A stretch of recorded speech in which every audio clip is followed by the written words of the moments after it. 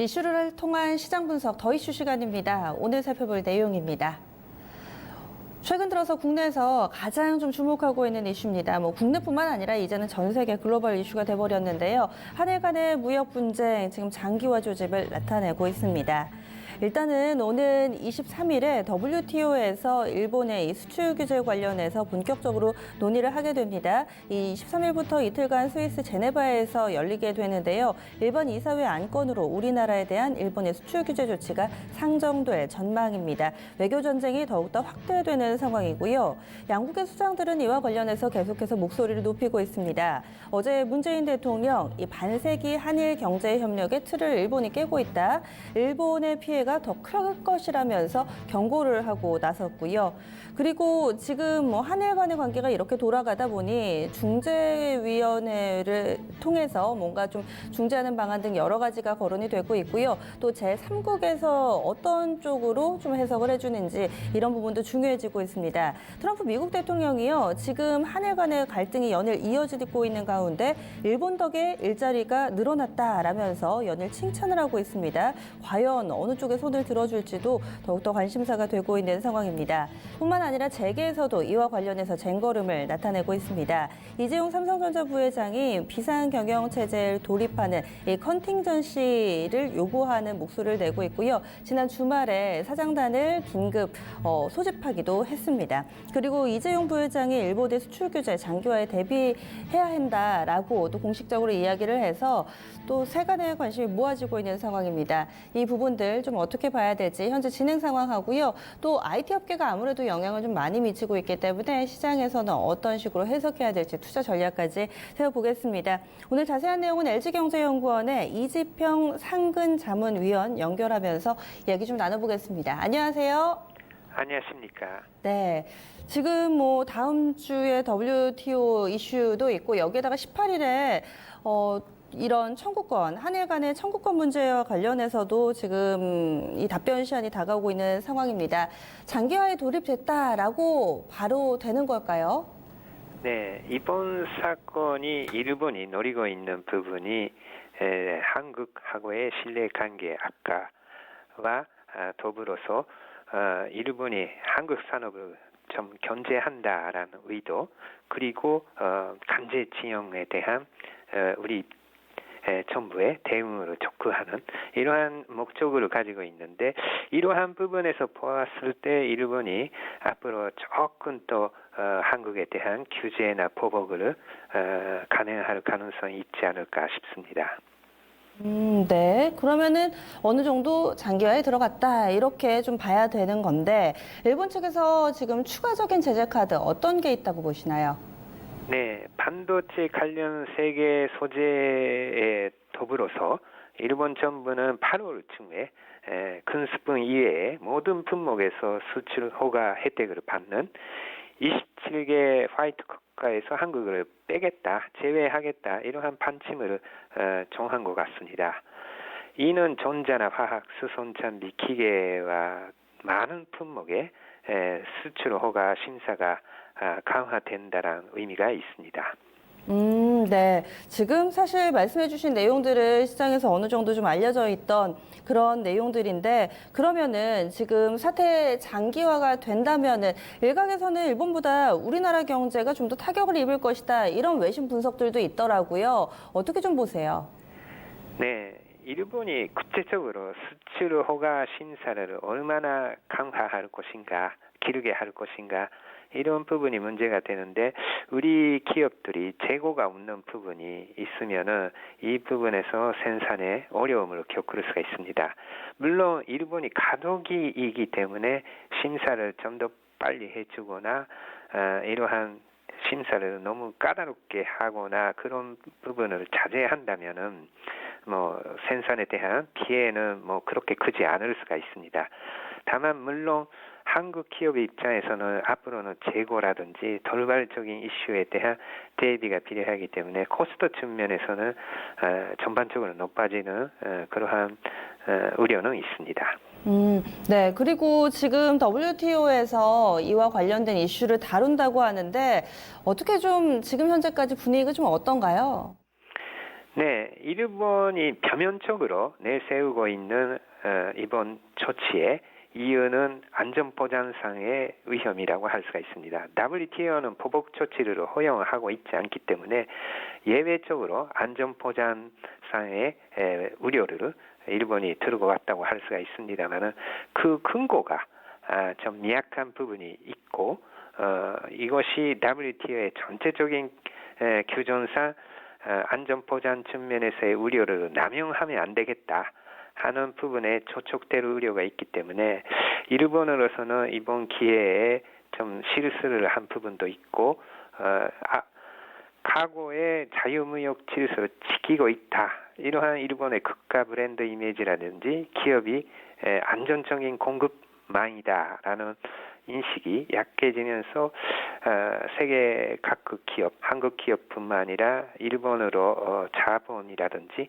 자재를 의존하고 있는 기업이 앞으로 일본 기업에 다시 보는 계기가 되지 않을까 싶습니다. 그리고 앞서서 일본이 제3국 중재위 구성을 요청을 했었는데 그 답변 시한이 내일 모레까지라고 하죠. 우리 정부에서는 아직 답변을 안 내놨는데 지금 뭐 뚜렷한 답변을 내놓지 않는다거나 혹은 거절을 하면은 어떻게 진행이 되는 건가요? 네, 일본 입장으로서는 이번에 조치의 근본적인 목표가 징용권 문제에서의 해결이기 때문에 앞으로 한일 간의 외교적인 협상이 이것으로 끝나는 건 아니고 앞으로 지속될 것이기 때문에 앞으로는 이제 WTO 제소 문제, 일본의 보복 그리고 한국의 그러한 외교적인 노력이 맞물리면서 한일 간의 외교적인 타협점을 모색하는 기간이 되지 않을까 싶습니다. 네, 알겠습니다. 자세한 말씀 고맙습니다. 네, 지금까지 LG경제연구원의 이지평 상근자문위원과 함께 좀 얘기를 나눠봤는데 일본 WTO 같은 경우는 무역적인 보복은 원래는 원칙적으로 금지입니다. 여기에서 안전보장상의 이유로 예외 조치를 두는데 일본은 지금 현재가 여기에 해당된다라고 주장을 하고 있고요. 과연 안전보장상에 어떤 이유가 있을까요? 현재까지 논리적으로 봤을 때는 우리 쪽의 근거들이 조금 더 탄탄한 것으로 나오는데 사실은 외교적인 상황이어서 이 부분도 장담할 수 없는 분위기입니다. 이번에 경제적으로 좀 포커스를 맞추겠습니다. 토마토 투자클럽의 한기수 전문가 나와 계신데요. 먼저 지금 이재용 부회장이 걸음이 빨라졌어요. 네. 지금 지난 주말에 바로 일본을 갔다 왔고 사장단 회의도 모집을 했고 이어서 나왔던 기사에서 컨팅전시 플랜을 마련을 하기로 했다라는 헤드라인을 저희가 많이 봤습니다. 어떤 건지 그리고 세부 사항은 아직 발표가 안 된 거죠? 그렇죠. 세부 사항은 이제 뭐 공식적으로 발표된 건 아니고 일단 네. 이제 경영진들을 불러 모아서 컨팅전시 플랜, 그러니까 말 그대로 이제 비상계획을 이제 짜는 그런 상황이다라고 보시면 될 것 같아요. 일단 약 6일간에 걸쳐서 이제 일본을 좀 갔다 왔는데, 역시 좀 뭐라고 할까요? 여러 가지 필요한 부품, 이제 소재에 대해서 어느 정도 이제 급한 불은 끌 정도로 이제 좋은 뉴스는 가져왔습니다만 그것이 구체적으로 장기적으로 삼성의 어떤 지금 위기를 타개할 수 있는 그런 부분들은 아닌데 어쨌든 간에 이제 이재용 부회장이 컨팅전시 플랜을 이제 제시를 했는데 가장 그냥 중요한 부분이 일본의 수출 규제에 따라서 제품 생산에 대해서 이제 악영향을 미칠 수 있는 가능성에 대비해서 충분히 그런 것에 대비를 좀 하자라는 그런 내용이었었고 그리고 가장 중요한 핵심적인 부분들은 바로 이제 일본 사태에 따른 이제 비상 경영을 선포했다라고 이렇게 보시면 될 것 같아요. 그것이 네. 이제 이재용 부회장이 컨팅전시 플랜의 가장 핵심적인 부분이다라고 일단은 보시면 될 것 같고 가장 중요한 부분들은 역시 이제 2차 피해에도 대비를 하자라는 겁니다. 지금은 반도체와 디스플레이 쪽에 대해서 이제 일본의 수출 규제가 이루어진 상태입니다만 앞으로 이제 2차적으로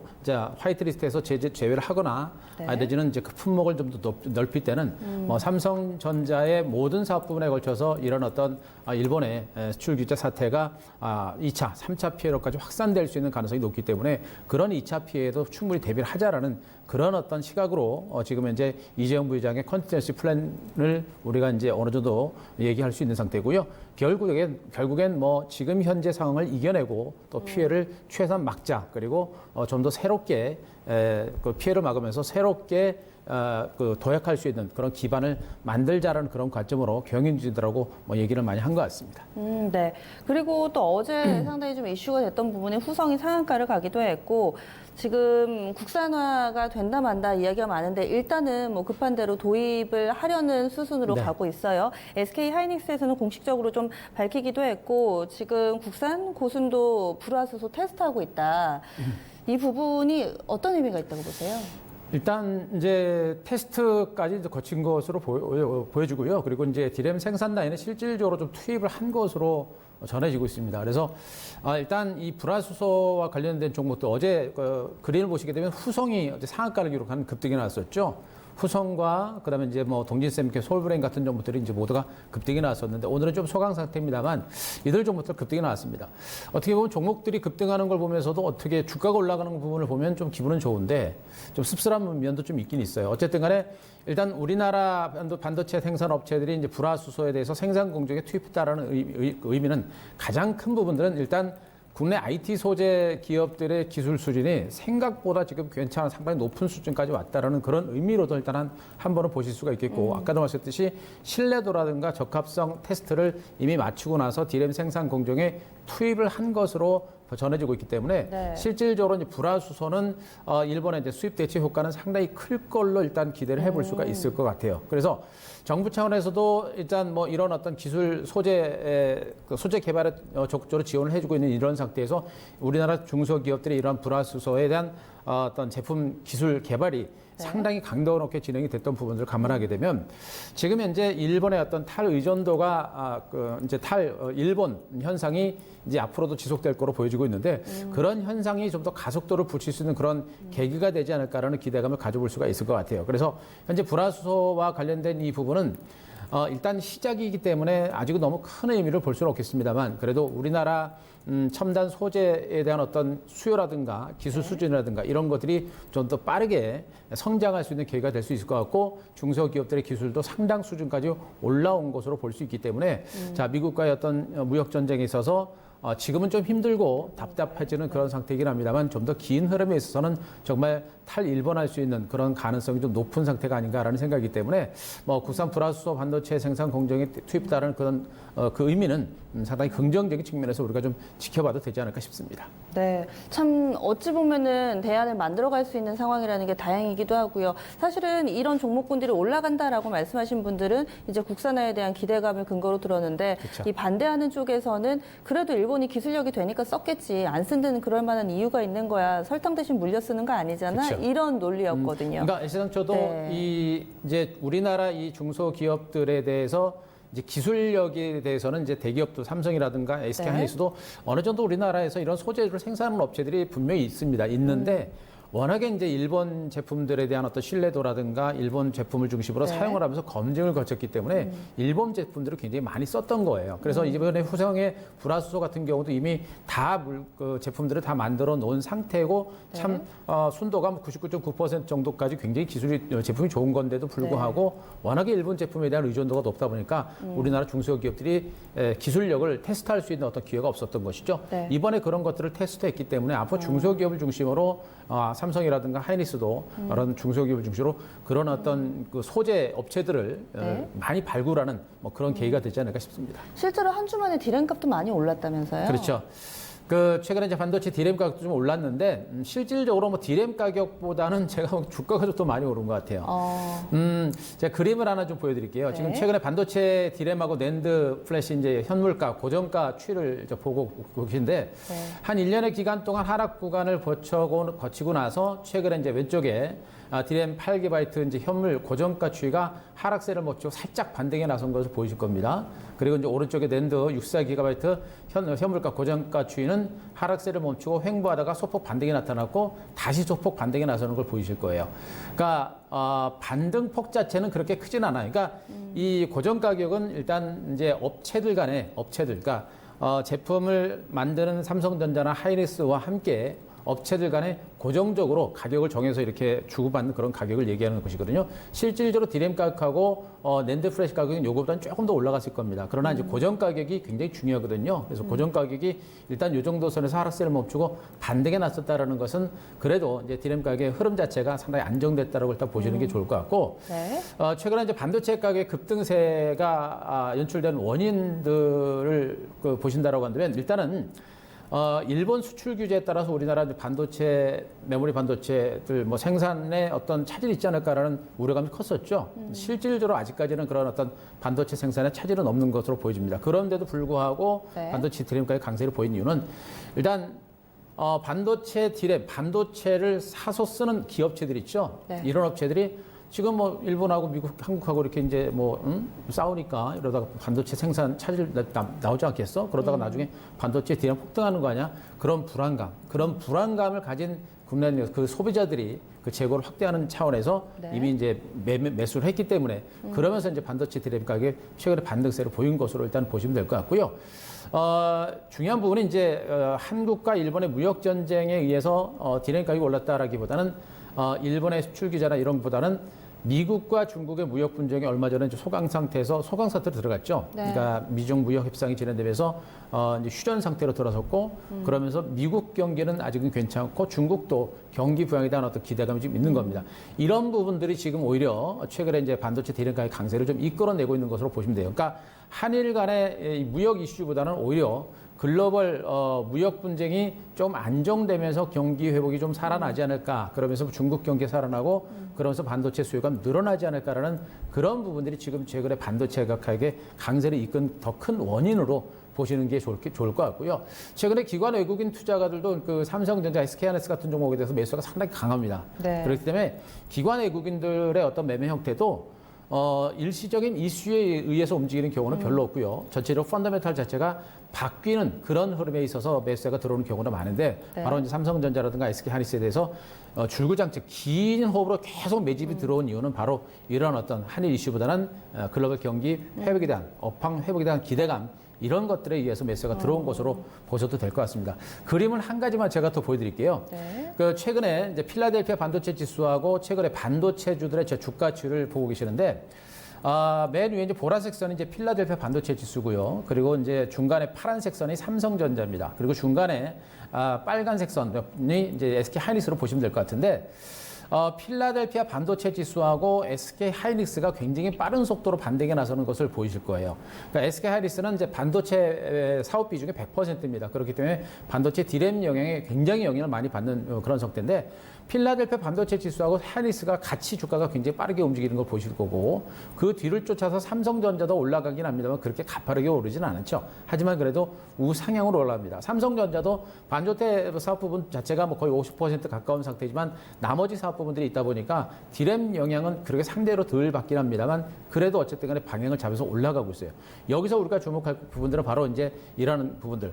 필라델피아 반도체 지수가 올라가고 삼성전자, 하이닉스가 동반해서 올라가는 부분들. 얘네들이 지금 당장 최근에 올라간 것이 아니라 미중 무역 전쟁이 시작되는 그 전후로부터 주가가 이미 올라서기 시작했죠. 바로 이제 업황 회복에 대한 기대감, 또 반도체 디램 가격이 바닥을 치고 연말이라든가 내년 이후에 반등할 것이라는 기대감 때문에 이제 필라델피아 반도체의 반등을 선두로 해서 삼성전자와 하이닉스의 반등도 이끌어졌다라고 보시면 될 것 같습니다. 네.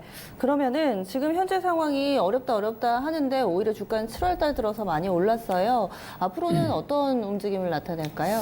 일단 가장 중요한 부분들이 일단 이제 미중 무역 협상이 무역 전쟁이 어떻게 끝나느냐 이게 이제 가장 네. 관건이 될 거로 일단 보여지고 있는데 일단 단기적인 관점에서는 이제 반도체 가격의 강세는 일단 뭐 시장에서는 긍정적으로 받아들여지고 있습니다. 이제 미중 아까도 말씀하셨지만 한일 간의 무역 전쟁에 의해서 반도체 가격이 강세를 보이고 있는 것은 아닙니다만 실질적으로 심리적인 측면에서 어쨌든 간에 약간의 영향은 좀 주고 있는 상태고요. 여기다가 이제 미국과 중국의 무역 전쟁이 협상 상태로 휴전 상태로 전환하면서 이제 반도체 디램의 어떤 시장 자체에 긍정적인 영향을 주고 있는 상태로 보시면 될 것 같아요. 그리고 이제 일본이 소재에 대한 어떤 그 한국에 대한 수출 규제를 하고 있는 상태이긴 합니다만 군사용이 아닌 부분에 대해서는 소재 규제, 그 소재에 대한 수출 규제를 완화할 가능성이 있다라는 그런 어떤 소식들도 일면 한번 들으셨을 겁니다. 그런 부분들도 아직은 그렇게 큰 악영향을 미칠 가능성 높지는 않아요. 하지만 문제는 장기적인 관점입니다. 중장기적인 관점에서는 이런 어떤 한일 간의 무역 그 전쟁 분위기가 계속해서 장기화되게 되면 또 그것이 이제 반도체라든가 다른 사업 부분까지도 확산되게 되게 되면 결국에는 재고가 축소가 되고 또 제품가가 올라가고 그러면서 글로벌적으로도 수급이 차질을 빚을 수밖에 없는 이런 상태라고 보시면 되겠죠. 이런 부분에 대해서는 우리 그 이제 IT 쪽 그 삼성전자라든가 하이닉스에 대해서 부담이 될 수 있는 그런 상태고 특히나 삼성전자는 아까도 말씀했죠. 반도체 외에 다른 사업 부분에 대해서 이제 그 화이트리스트가 제외를 하게 되면 다른 부분에 대해서도 수출 규제가 이루어질 가능성이 높아요. 그렇게 되면 삼성전자나 반도체 외에도 스마트폰이라든가 가전이라든가 여러 사업 부분에서도 제동이 걸릴 수 있는 부분이기 때문에 이것도 일단 부담으로 작용할 수밖에 없을 것 같아요. 그래서 전체적으로 뭐 단기적으로는 아직은 큰 부담은 없습니다만 여전히 한국 간의 미국 간의 어떤 한국과 일본 간의 이제 무역 전쟁이 장기화될 때는 그때는 좀 부담이 좀 커질 수 있는 가능성은 여전히 좀 있지 않을까 보고 있습니다. 네, 알겠습니다. 고맙습니다.